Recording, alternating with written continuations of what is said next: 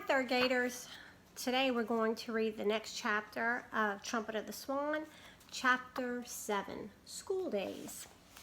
So you should have your packet ready, and you should also have a highlighter because I'll point out our vocabulary words as we go through the chapter. Let's go ahead and get started. A few days after the Swans arrived at their winter home on the Red Rock Lakes, Lewis had an idea. He decided that since he was unable to use his voice, he should learn to read and write. If I'm defective in one respect, he said to himself, I should try and develop myself along other lines. I will learn to read and write. Then I will hang a small slate around my neck and carry a chalk pencil. And that way I will be able to communicate with anybody who can read. Lewis liked company, and he already had many friends on the lakes. The place was a refuge for water birds. Swans, geese, ducks, and other waterfowl. They lived there because it was a safe place and because the water stayed warm even in the coldest winter weather. Lewis was greatly admired for his ability as a swimmer. He liked to compete with other cygnets to see who could swim underwater the greatest distance and stay down the longest.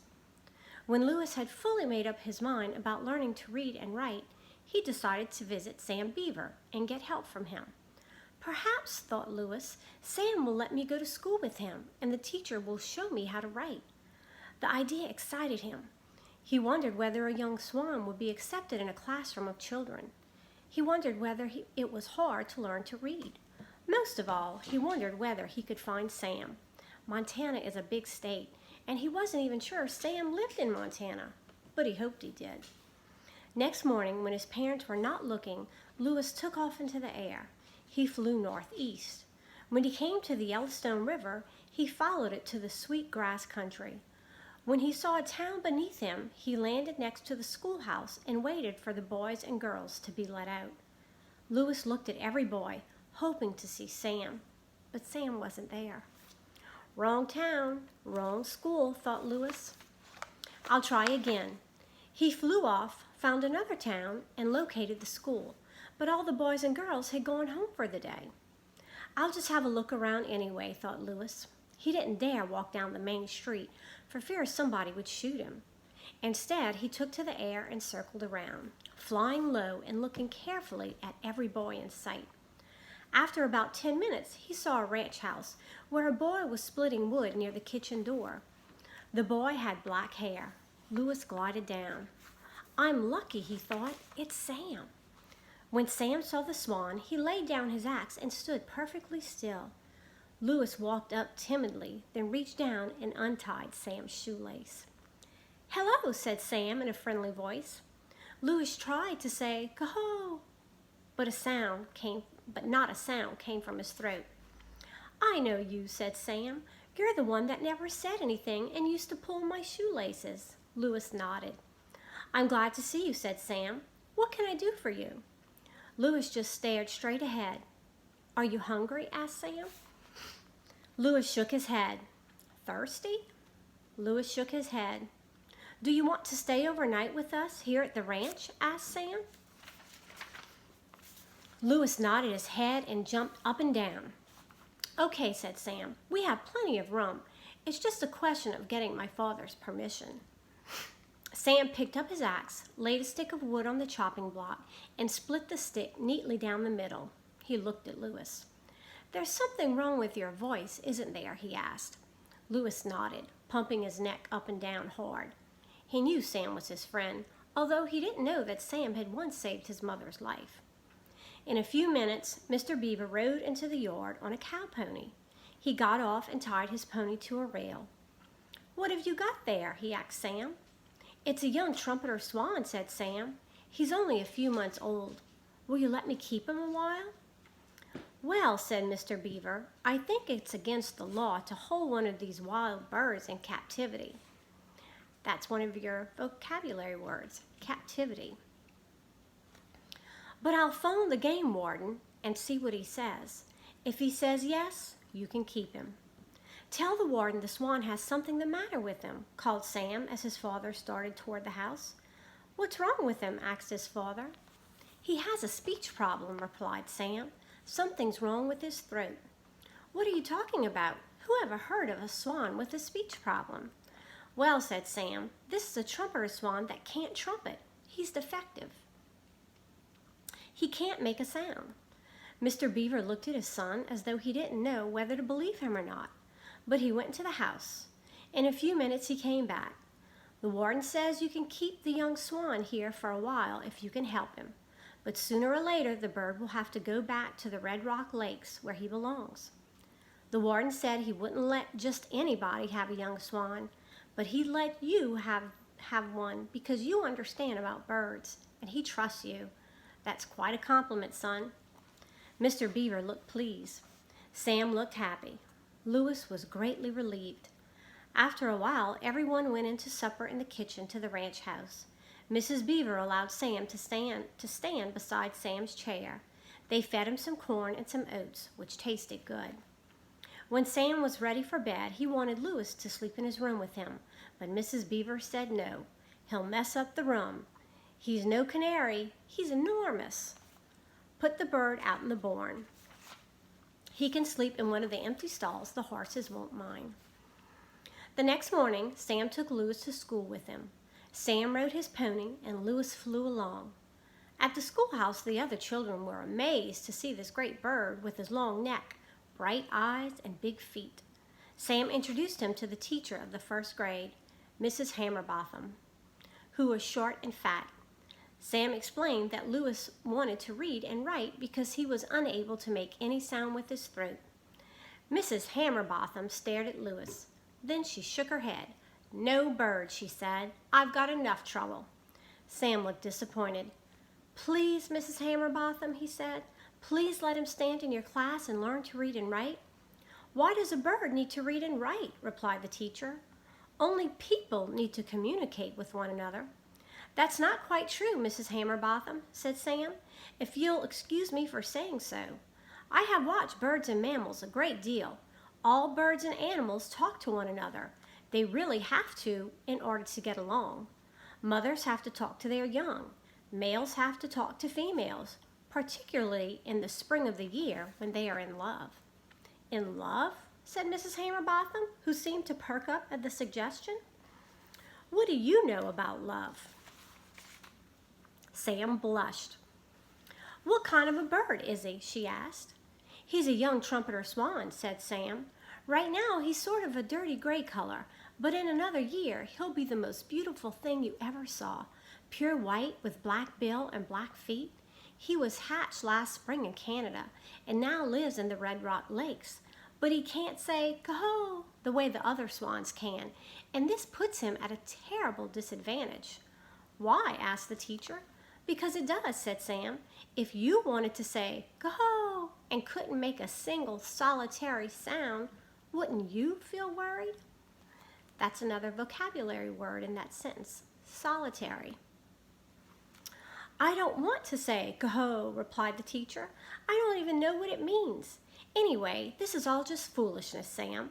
What makes you think a bird can learn to read and write? It's impossible. Give him a chance, pleaded Sam. He is well behaved and he's bright, and he's got this very serious speech defect. What's his name? I don't know, replied Sam. Well, said Mrs. Hammerbotham, if he's coming into my class, he's got to have a name. Maybe we can find out what it is. She looked at the bird. Is your name Joe? Louis shook his head. Jonathan? Louis shook his head. Donald? Louis shook his head again. Is your name Louis? Asked Mrs. Hammerbotham. Louis nodded his head very hard and jumped up and down and flapped his wings. Great Caesar's ghost, cried the teacher. Look at those wings. Well, his name is Louis, that's for sure. All right, Louis, you may join the class. Stand right here by the blackboard and don't mess up the room either. If you need to go outdoors for any reason, raise one wing. Louis nodded. The first graders cheered. They liked the looks of the new pupil and were eager to see what he could do. Quiet, children, said Mrs. Hammerbotham sternly. We'll start with the letter A. She picked up a piece of chalk and made a big A on the blackboard. Now you try it, Louis. Louis grabbed a piece of chalk in his bill and drew a perfect A right under the one the teacher had drawn. "You see," said Sam, "he's an unusual bird." "Well," said Mrs. Hammerbotham, "A is easy. I'll give him something harder." She wrote C-A-T on the board. Let's see you write cat, Louis." Louis wrote C-A-T. "Well, cat is easy too," muttered the teacher. "Cat is easy because it is short. Can anyone think of a word that is longer than cat?" "Catastrophe," said Charlie Nelson, who sat in the first row. "Good," said Mrs. Hammerbotham. "That's a good hard word. But does anyone know what it means?" "What is a catastrophe?" "An earthquake," said one of the girls. "Correct," replied the teacher. "What else?" "War is a catastrophe," said Charlie Nelson. "Correct," replied Mrs. Hammerbotham. "What else is?" A very small, red-headed girl named Jenny raised her hand. "Yes, Jenny, what is a catastrophe?" In a very small voice, Jenny said, "When you get ready to go on a picnic with your father and mother, and you make peanut butter sandwiches and jelly rolls and put them in a thermos box with bananas and an apple and some raisin cookies and paper napkins and some bottles of pop and a few hard-boiled eggs, and then you put the thermos box in your car, and just as you are starting out, it starts to rain, and your parents say there is no point in having a picnic in the rain. That's a catastrophe." "Very good, Jenny," said Mrs. Hammerbotham.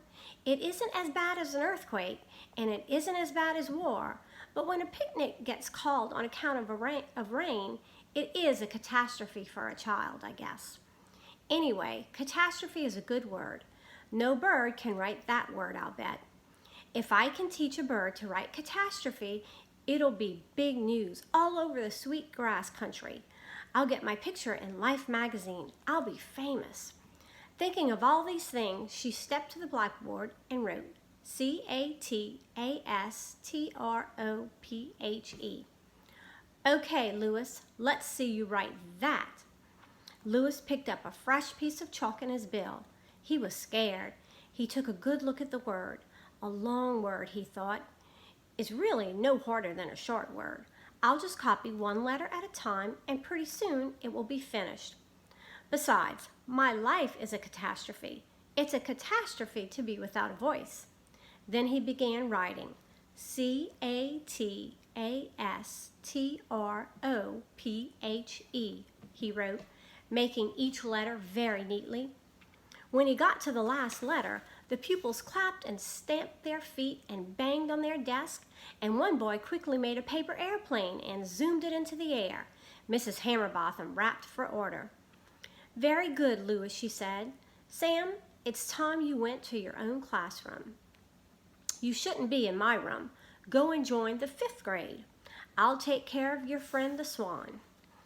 Back in his own room, Sam sat down at his desk, feeling very happy about the way things had turned out.